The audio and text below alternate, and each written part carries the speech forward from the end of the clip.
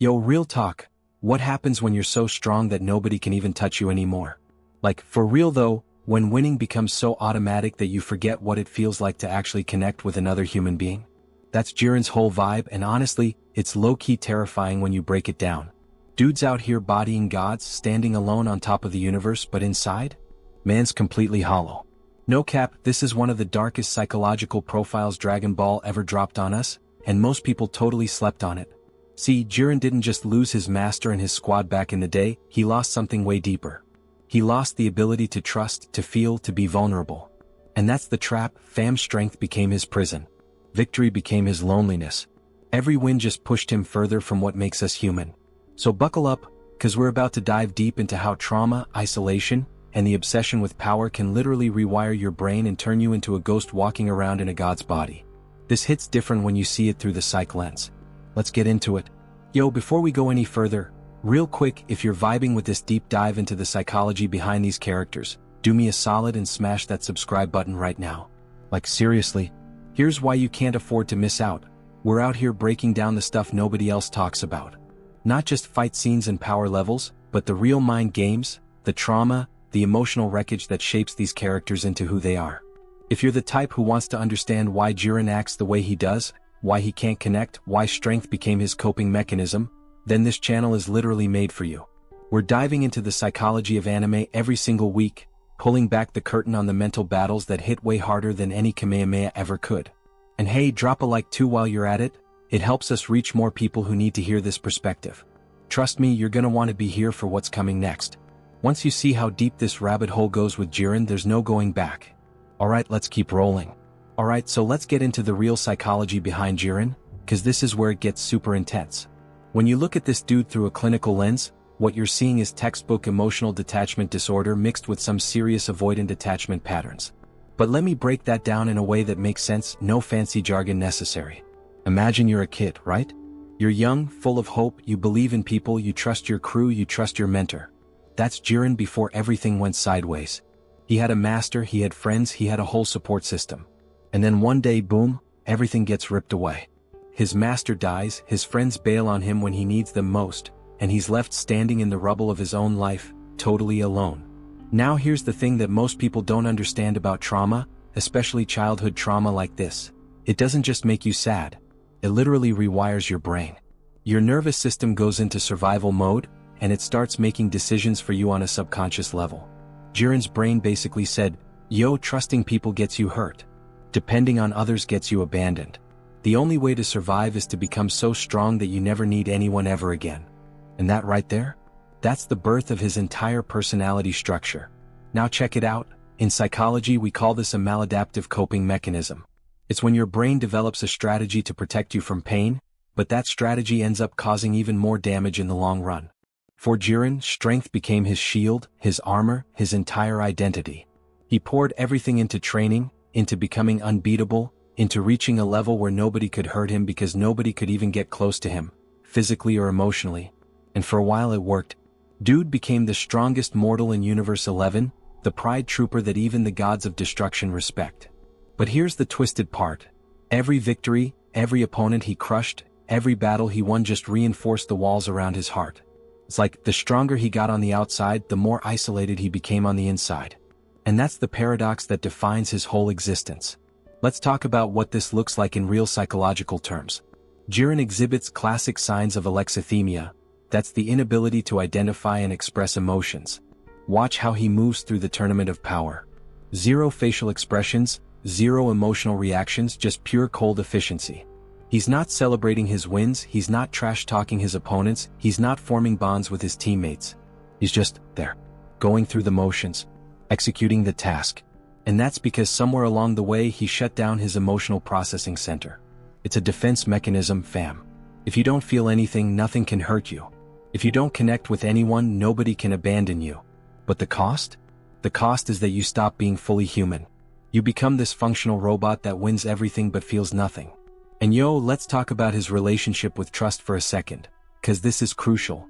After his friends abandoned him, Jiren developed what psychologists call a trust wound. It's this deep psychological injury that makes it almost impossible to believe in people again. Every time someone gets close, his subconscious is like, Nah, they're gonna leave eventually. They're gonna let you down. Don't even risk it.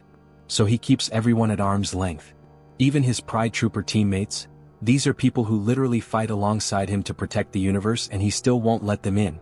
He works with them, sure, but he doesn't bond with them. He doesn't share his story, his pain, his fears. He stays locked behind that wall of strength, convincing himself that self-reliance is the only path. And honestly, that's one of the loneliest existences you could possibly imagine. Now here's where it gets really deep, and this is what makes Jiren such a fascinating psychological case study. His entire sense of self-worth became tied to his strength. In psychology, we call this conditional self-esteem. Your value as a person is dependent on meeting certain conditions. For Jiren, that condition is being the strongest. As long as he's unbeatable, he has worth. As long as he's winning, he has purpose. But what happens when that's threatened? What happens when someone like Goku starts pushing him to his limits? That's when the cracks start to show, and we'll get into that later. But right now, just understand this. Jiren isn't fighting for justice, he's not fighting to protect people, he's not even fighting for Universe 11's survival in the way you'd think. He's fighting to validate his entire coping strategy. Every punch he throws is him saying, "See? I was right to trust only myself. I was right to become strong alone. I don't need anyone." But let me hit you with something real for a second. There's this concept in psychology called the success trap, and Jiren is like the poster child for it. It's when you achieve everything you set out to do, you reach the top of the mountain, you become the best, and then you realize you're completely empty inside. 'Cause success without connection is just glorified isolation. Winning without anyone to share it with is just a lonely highlight reel. Jiren reached the peak of power, but he climbed that mountain completely alone, and when he got to the top, there was nobody there waiting for him. No celebration, no validation, no sense of fulfillment. Just more emptiness. And that's the cruel irony of his whole journey. The thing he thought would save him actually destroyed the parts of him that make life worth living. So when you watch Jiren fight, when you see that stone-cold expression, when you notice how he barely speaks, how he doesn't engage emotionally with anyone, now you know what you're really looking at. You're looking at someone who survived trauma by shutting down, by building walls so thick that even he can't break through them anymore. You're looking at someone who chose strength over vulnerability, power over connection, victory over humanity. And the scary part? He doesn't even realize he's trapped. He thinks this is freedom. He thinks this is strength. But really, it's the most sophisticated prison ever built. One constructed entirely in his own mind, with bars made of fear and a lock made of pain he never processed. That's the psychological profile of Jiren. That's the mirror he holds up to anyone who's ever thought that being tough enough, strong enough, or successful enough would heal the wounds inside. Spoiler alert, it doesn't. It just buries them deeper. Now here's where things get absolutely wild, and this is the part that honestly gives me chills every time I think about it. We just talked about how Jiren built this entire fortress around himself, right? How he turned strength into his religion, isolation into his safety net, and emotional detachment into his armor. But what happens when that armor starts cracking? What happens when the one thing you've based your entire existence on starts falling apart? That's exactly what we see during the Tournament of Power, and psychologically speaking, it's one of the most brutal breakdowns in anime history. Let me walk you through this step by step, cause it's low-key devastating when you understand what's really going on in his head. So Goku shows up, and at first Jiren's not worried at all. Why would he be? He's literally never met anyone who could challenge him. He spent his whole life being untouchable, unbeatable, unreachable. But then Goku starts adapting, starts pushing, starts breaking through limits in real time, and something shifts. For the first time maybe ever, Jiren feels something he hasn't felt since he was a kid: uncertainty. And for someone whose entire identity is built on being absolutely certain of their strength, that's terrifying. It's like the ground underneath him starts shaking and he doesn't know how to deal with it. See, when you've spent decades avoiding your emotions, when you've suppressed every feeling, every fear, every vulnerability, you don't develop the emotional tools to handle stress in a healthy way. You just don't have those skills. So when pressure comes, when doubt creeps in, you don't process it like a normal person would. You spiral. And that's exactly what happens to Jiren. As the fight goes on, as Goku keeps getting back up, keeps pushing forward with his friends cheering him on, Jiren starts experiencing what psychologists call cognitive dissonance. That's when your beliefs about reality clash with what's actually happening, and your brain literally doesn't know how to compute it. Jiren believed that strength alone was the ultimate truth, that self-reliance was the only path, that connections made you weak. But here's Goku, getting stronger specifically because of his bonds, rising up again and again because his friends believe in him, accessing ultra instinct through trust and letting go rather than control and isolation. Everything Jiren built his life on is being challenged in real time, and his psyche can't handle it. It's like watching someone's entire worldview collapse right in front of them, and they're desperately trying to hold it together but the cracks just keep spreading. Now check this out. This is where Jiren's trauma response goes from avoidant to aggressive, and it's textbook fight or flight mode but cranked up to 11. When his belief system starts crumbling, when he can't deny that maybe, just maybe, his philosophy is flawed, his brain doesn't go to reflection or self-examination. Nah, it goes straight to defense mode. He gets angry, and not just regular angry, he gets destructively, violently, desperately angry. He starts attacking the stands where Goku's friends are sitting. He tries to eliminate Universe 7 spectators. He's literally trying to prove his point by force, trying to destroy the very thing that's challenging his worldview. And psychologically, this is a trauma reaction. When people who've built their identity on control and strength feel that control slipping, they often lash out. It's not rational, it's not strategic, it's pure panic dressed up as aggression. And here's what's really sad about this moment. Jiren thinks he's being strong, but he's actually showing us just how fragile he really is. True strength would be the ability to question yourself, to adapt, to admit when your approach isn't working. But Jiren can't do that. His ego, his entire sense of self, is so wrapped up in being right about strength and isolation that admitting he's wrong would be like psychological death. So instead, he doubles down. He gets more violent, more desperate, more isolated. He pushes away Toppo, the one teammate who's trying to reach him. He rejects Belmod's encouragement. He's basically screaming, "I don't need anyone. I'm right. My way is the only way." But underneath that aggression, if you look close enough, you can see the fear. You can see a man who's terrified that if he's wrong about this, then everything he suffered, everything he sacrificed, every connection he destroyed, it was all for nothing. Let's talk about what's happening in his nervous system during this breakdown, because it's actually fascinating from a neuroscience perspective. When you experience extreme stress, especially stress that triggers old trauma, your prefrontal cortex, that's the rational, thinking part of your brain, it literally goes offline. Your amygdala, the emotional, reactive part, takes over completely. You stop thinking clearly and start operating purely on survival instinct. That's why Jiren's behavior becomes increasingly erratic and destructive. He's not strategizing anymore, he's not fighting smart, he's just lashing out like a wounded animal backed into a corner. All those years of suppressed emotions, all that unprocessed grief and abandonment and pain, it's all coming up at once, and he doesn't have the emotional infrastructure to handle it. So it comes out as rage. It comes out as this desperate, chaotic attempt to prove that he's still in control, that he's still the strongest, that his way of living wasn't a massive mistake. And can we talk about the moment when he actually loses for a second? 'Cause that's when you see the absolute devastation in his eyes. It's not just about losing the tournament. It's not even about Universe 11 being erased, though obviously that's huge. It's about his entire psychological framework being proven wrong. Everything he believed, everything he built his life on just got demolished. The idea that strength alone is enough? Shattered. The belief that you don't need anyone? Destroyed. The philosophy that isolation makes you powerful? Obliterated. And for someone like Jiren, that's not just a loss in a fight. That's an existential crisis. That's having to face the reality that you spent your whole life running from connection, from vulnerability, from the very things that make us human, and it got you nowhere. Worse than nowhere, actually. It got you alone, empty, and defeated anyway. Here's the really messed up part though, and this is what makes his story so psychologically complex. Even in that moment of defeat, even when he's literally being erased from existence, Jiren still can't fully let go. He's still struggling to accept what just happened. You can see it in his face. There's this war going on inside him between the old belief system that kept him safe for so long and the new, terrifying possibility that maybe he was wrong all along. And that internal conflict, that inability to process and integrate what just happened, that's what we call in psychology an unresolved trauma response. He's stuck between two worlds. The world where he was right and strength was everything, and the new reality where connection and trust actually matter. And being stuck in that middle space? That's psychological torture, fam. That's what keeps people up at night, what creates anxiety, depression, and a constant sense of being lost.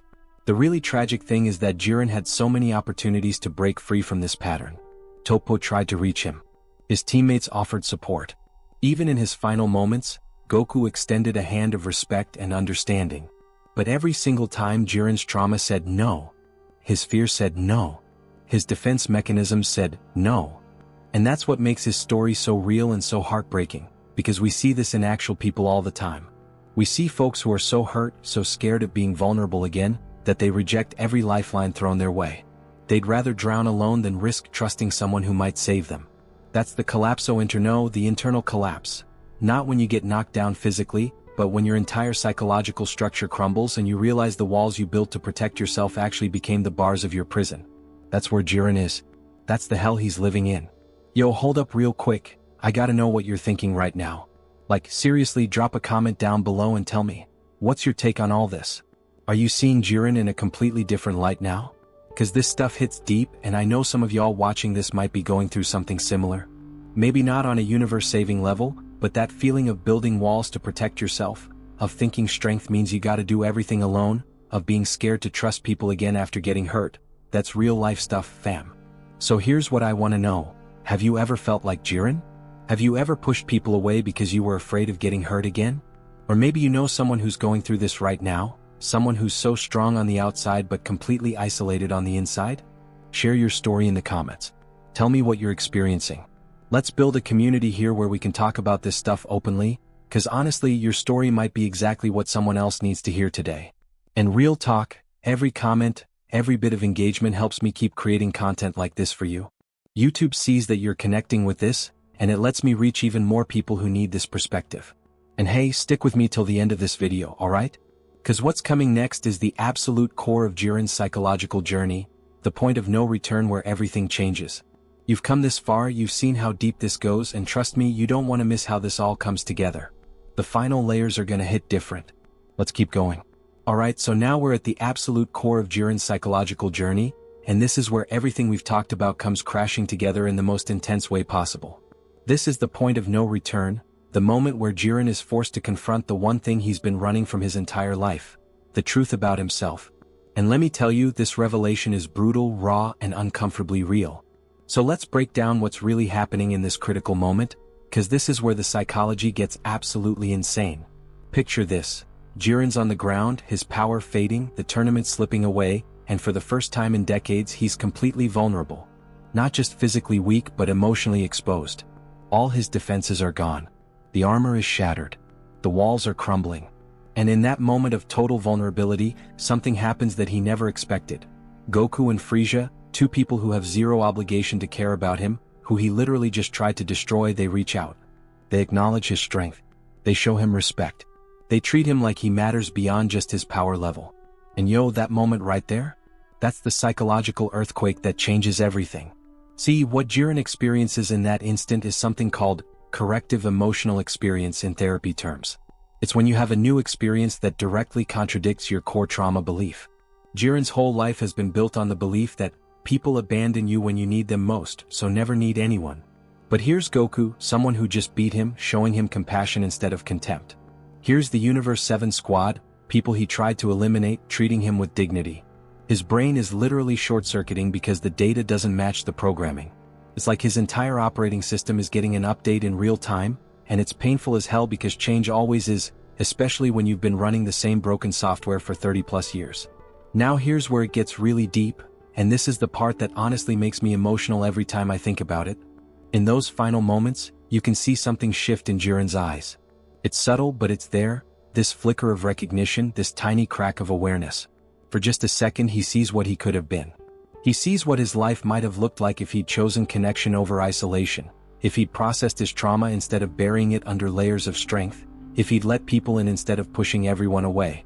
And that realization, fam? That's the most painful thing a person can experience. Not the loss itself, but the awareness of what you lost by trying so hard not to lose anything. It's the recognition that your coping mechanism, the very thing you thought was protecting you, actually stole the best parts of your life from you. Let's talk about what psychologists call the grief of the unlived life, because that's exactly what Jiren is experiencing. It's not just grief over his dead master or his lost friends from childhood. It's grief over every connection he could have made but didn't. Every friendship he could have built but refused. Every moment of joy, trust, and genuine human warmth that he denied himself in the name of self-protection. That's a special kind of pain, yo. It's mourning not just what you had and lost, but what you could have had and never let yourself reach for. And when that hits you all at once, when you're lying there defeated and you suddenly see with perfect clarity how much you've been living in a prison of your own making, that's the point of no return. You can't unsee it. You can't go back to the comfortable lie. You're forced to sit with the truth, and the truth is absolutely devastating. But here's the thing that makes this moment so powerful and so psychologically significant. It's also the moment where healing becomes possible. Not easy, not guaranteed, but possible. See, you can't fix what you don't acknowledge. You can't heal wounds you pretend don't exist. 4 years, Jiren has been in what we call pre-contemplation. He didn't even recognize that his approach to life was a problem. He thought he was fine, thought he had it all figured out, thought his way was the right way. But now, lying there in the rubble of his broken belief system, he's moved into contemplation. That stage where you start to see the problem, where awareness begins to dawn. And while that's incredibly painful, it's also the first step toward actual change.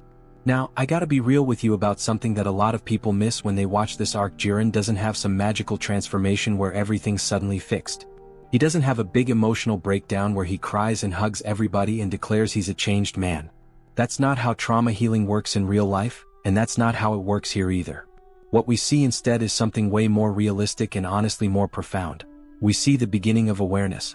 We see a crack in the foundation.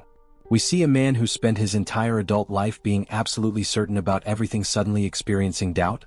And in this case, doubt is actually healthy. Doubt means you're questioning the narrative that's kept you trapped.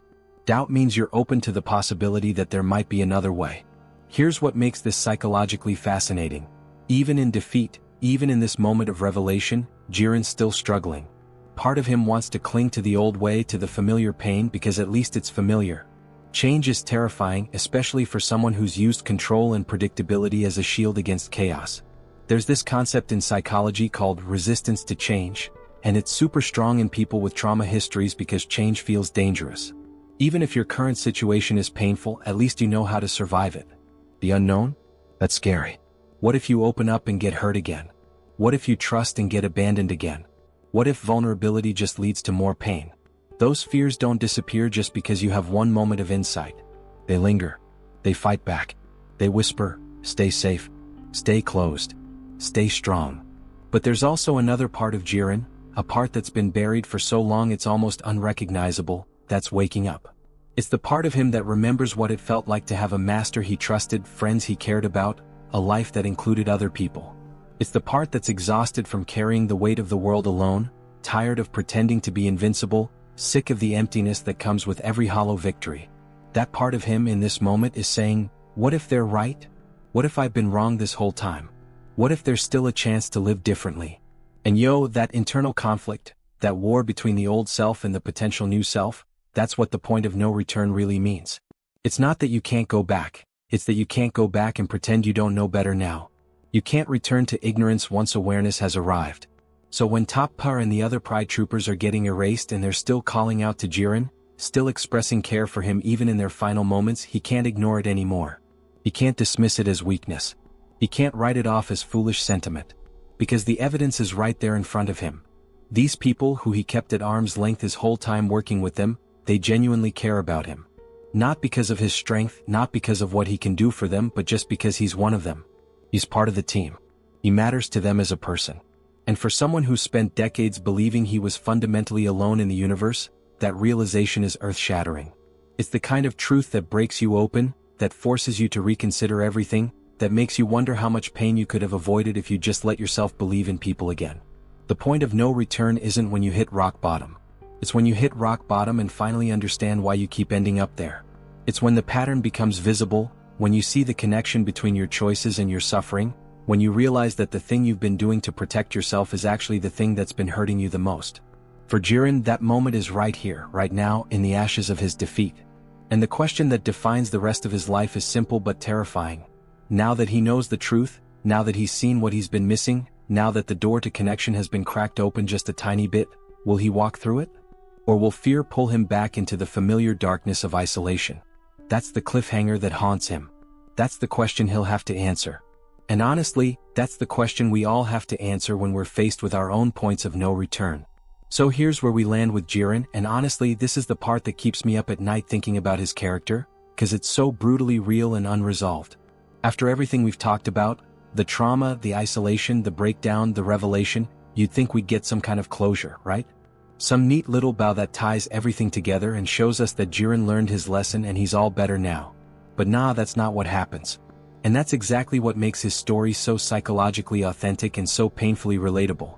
Because in real life, trauma doesn't resolve itself in one dramatic moment. Healing isn't linear. And some scars? They never fully close. They just become part of who you are. Let's talk about what happens after the Tournament of Power, cause this is crucial. Universe 11 gets wished back, Jiren's alive again, everything's back to normal on the surface. But what about inside? What about all that psychological damage we just spent this whole video unpacking? Does that just disappear because he got a second chance? Hell no. That's not how the human psyche works, and that's not how Jiren works either. See, what we're dealing with here is something that psychologists call post-traumatic growth versus post-traumatic stagnation. It's this fork in the road that everyone faces after a major crisis. Do you use the experience to evolve, or do you retreat back into old patterns because they feel safer? And here's the thing that's so fascinating and so frustrating about Jiren. We don't get a clear answer. The story leaves him in this ambiguous space where he's aware of his issues now. He knows he's been living wrong, he's seen what connection looks like, he's experienced that brief moment of vulnerability and recognition. But awareness doesn't equal transformation. Knowing you have a problem and actually doing the work to fix it are two completely different things. It's like, imagine you've been living in a dark room your whole life, and suddenly someone opens the door and shows you there's sunlight outside. That doesn't automatically mean you're gonna walk through that door. Fear might keep you in the room. Habit might keep you there. The comfort of the familiar, even if it's painful, might be stronger than the terror of the unknown. So what we see with Jiren in those brief glimpses after the tournament is a man in limbo. He's not the same person he was before, you can't unring that bell, you can't unknow what he knows now. But he's also not fully transformed into someone new. He's stuck in that uncomfortable middle ground, and psychologically, that's one of the most difficult places to be. It's what therapists call the messy middle of change. You've left the old self behind, but you haven't fully stepped into the new self yet. You're just kind of floating in this weird space where you're too aware to go back but too scared to move forward.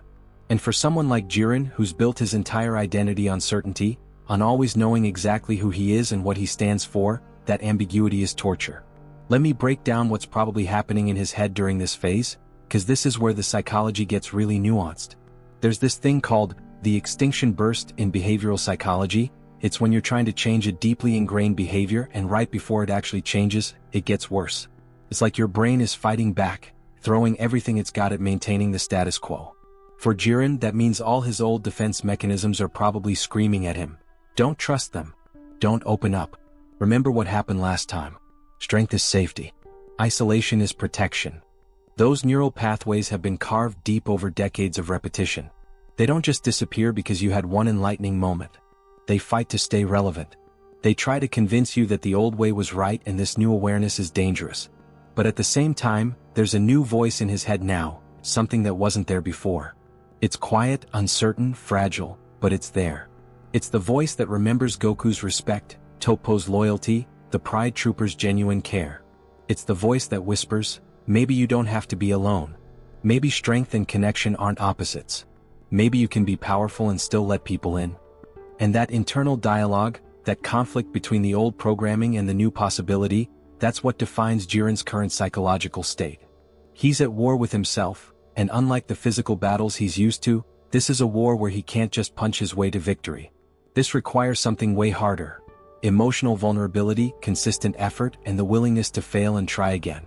Now here's what makes this psychologically brilliant and also kinda heartbreaking. We don't know if Jiren's gonna make it. We don't know if he'll choose growth or if he'll retreat back into isolation. The story doesn't give us that answer, and honestly, that's the most realistic thing about it. Because in real life, when someone's at this crossroads, when they're dealing with deep trauma and trying to change fundamental patterns, the outcome isn't guaranteed. Some people do the work. Some people seek help. Some people slowly, painfully, courageously build new neural pathways and learn to trust again and discover that vulnerability isn't weakness. It's actually the greatest strength of all. But some people don't. Some people get scared. Some people convince themselves the old way was fine actually. Some people have that moment of awareness and then spend the rest of their lives ignoring it because facing it is just too damn hard. And that's the scar that doesn't close, fam. That's the invisible wound that Jiren carries now. It's not the physical scars from battle. It's not even the memory of losing his master or being abandoned by his friends all those years ago. It's the scar of knowing better and having to choose every single day whether to act on that knowledge or suppress it. It's the wound of awareness. Once you see the cage you've built around yourself, you can never stop seeing it. Every time he pushes someone away now, he'll know what he's doing. Every time he chooses isolation, it won't be innocent anymore. It'll be a conscious choice to stay in pain rather than risk healing. And that self-awareness without action? That's its own special kind of hell. Let's talk about what this means for anyone watching who sees themselves in Jiren's story, cause I know some of y'all are sitting there right now feeling called out. Maybe you've been hurt before. Maybe you learned to protect yourself by building walls. Maybe you convinced yourself that needing people is weakness and independence is strength. And maybe, just like Jiren, you've had moments where you realized that approach isn't working, where you saw what you're missing, where you felt that pull toward connection but the fear held you back. If that's you, then Jiren's story is your mirror. And the question it's asking you is the same question he's facing. What are you gonna do with that awareness? Are you gonna let fear keep you locked in that familiar prison? Or are you gonna do the scariest, bravest thing possible and reach out? Are you gonna risk being vulnerable again? Are you gonna give people a chance to prove that not everyone will hurt you, not everyone will leave, not everyone is unsafe? Cause here's the truth that Jiren is learning and that we all gotta learn eventually. Strength isn't about being unbreakable. Real strength is about breaking and choosing to heal. Real power isn't about never needing anyone. It's about having the courage to admit you do need people and asking for support anyway. The strongest thing Jiren could ever do isn't beating another opponent or reaching another level of power. The strongest thing he could do is walk up to Topo, sit down and say, I need to talk. I've been struggling. I don't know how to do this connection thing, but I'm willing to try. That would take more courage than any battle he's ever fought. And that's the journey he's on now, not fighting external enemies but fighting the internal ones. Fighting the fear. Fighting the trauma. Fighting the voice that says, it's safer to be alone. So where does Jiren go from here? That's the cliffhanger that the story leaves us with, and it's brilliant because it's unresolved. He's standing at the edge of transformation. He has all the information he needs. He's seen the alternative. He knows what's possible. But knowledge isn't change. Awareness isn't healing. He still has to do the work. He still has to make the choice. And every single day he's gonna wake up and face that same decision. Will today be the day he reaches out? Will today be the day he lets someone in? Will today be the day he chooses connection over safety? Or will the scar stay open, the wound stay fresh, the pattern stay unbroken? And that right there is why Jiren's story is one of the most psychologically complex narratives in Dragon Ball. It's not about the fights. It's about the internal struggle. It's about a man trapped between who he was and who he could be, carrying scars that don't close, fighting battles that have no clear winner, searching for a strength that can't be measured in power levels. That's the real tragedy and the real hope of his character. He's stuck, but he's aware. He's damaged, but he's not beyond repair. He's isolated, but the door is cracked open. What he does with that tiny opening, that possibility, that chance at a different life, that's his story from here. And it's unfinished. Just like most of our stories are. Just like most of our healing journeys are. Messy, uncertain, ongoing, and completely, painfully, beautifully human. Yo, if this deep dive into Jiren's psychology messed you up in the best way possible, then you absolutely need to check out the next video I've got queued up for you. Cause here's the thing. Jiren isn't the only character in anime dealing with trauma, isolation, and the struggle between strength and vulnerability. We've got a whole series breaking down the psychological profiles of characters you thought you knew but didn't really understand until now. I'm talking Vegeta's inferiority complex and how childhood trauma shaped his entire arc. I'm talking about Sasuke's descent into darkness and what revenge does to the human psyche. I'm talking about characters who look strong on the outside but are absolutely destroyed on the inside, and how understanding their psychology changes everything about how you watch these shows.